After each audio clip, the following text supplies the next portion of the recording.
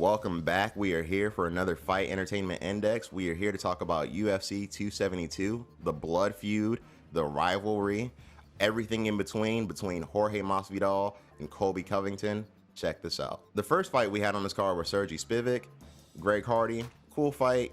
Sergey went in there, took him down. Greg Hardy's not really known for his ground game. He's not really known for his stand-up either. He's known for his power. That being said, he got taken down by somebody who's beaten more than a few guys, if you were listening to what they're saying. Pretty much went in there, 1, 2, 3, finished him. I give it a 3. I thought it was a cool fight. It was definitely a dominant fight, but I mean, it's not something that I would necessarily want to go back and watch unless you just don't like Greg Hardy. Then I guess you would want to watch that like more than a few times. Not for me though. The next fight we had on the card, Kevin Holland versus Alex Oliveira, Cowboy Oliveira, not the other cowboy. Kevin Holland was making his welterweight debut. I thought that this was pretty much a nice fight for him. The first round was pretty back and forth. In the second round, he caught him, dropped him, and then he finished him with some ground and pound, if I'm not mistaken. I thought it was a really good debut for Kevin Holland. I'm curious to see what else he's going to do at welterweight. I'm curious to see his ground game too. See how's that improved, since he's been training his wrestling, as he's been saying. I give this fight a 4.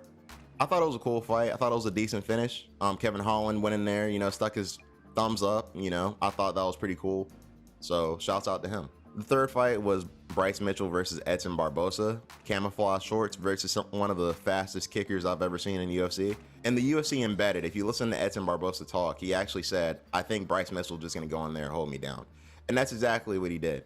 Bryce Mitchell is known to be a ground guy.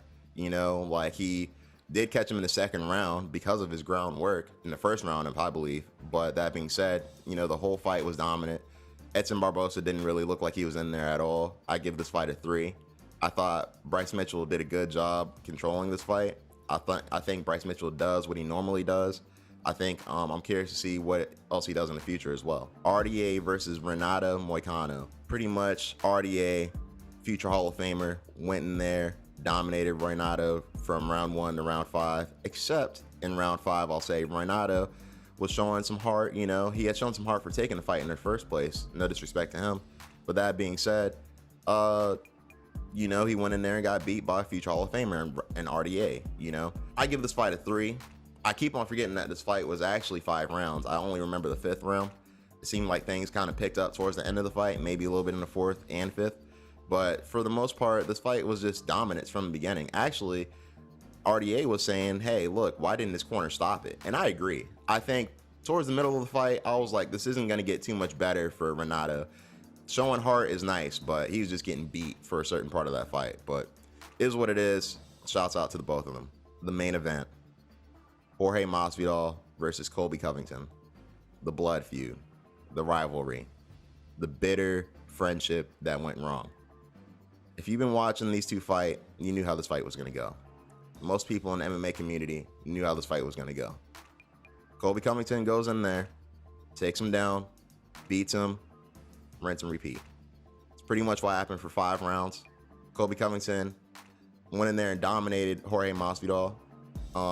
I personally think that this fight wasn't necessarily that entertaining, but he did exactly what he had to do. He started punching him later on in the fight. I'm curious to see what he does later. I hope he moves up to middleweight because I think that's just the best move for Colby at this point in time. You don't have to like Colby. You don't have to like his gimmick. You don't have to like the way he talks. But you do have to recognize that he can fight. I give this fight a 3. That being said, this fight card was okay. It wasn't necessarily that bad. Me personally, I'm going to give it maybe like a 3.2. I guess it's not really the worst. It's not the best, but it's okay. But we'll see where we go in the future. That being said, you've been highly advised. We will see you guys next time. I am out. Follow us, like, and subscribe. Peace.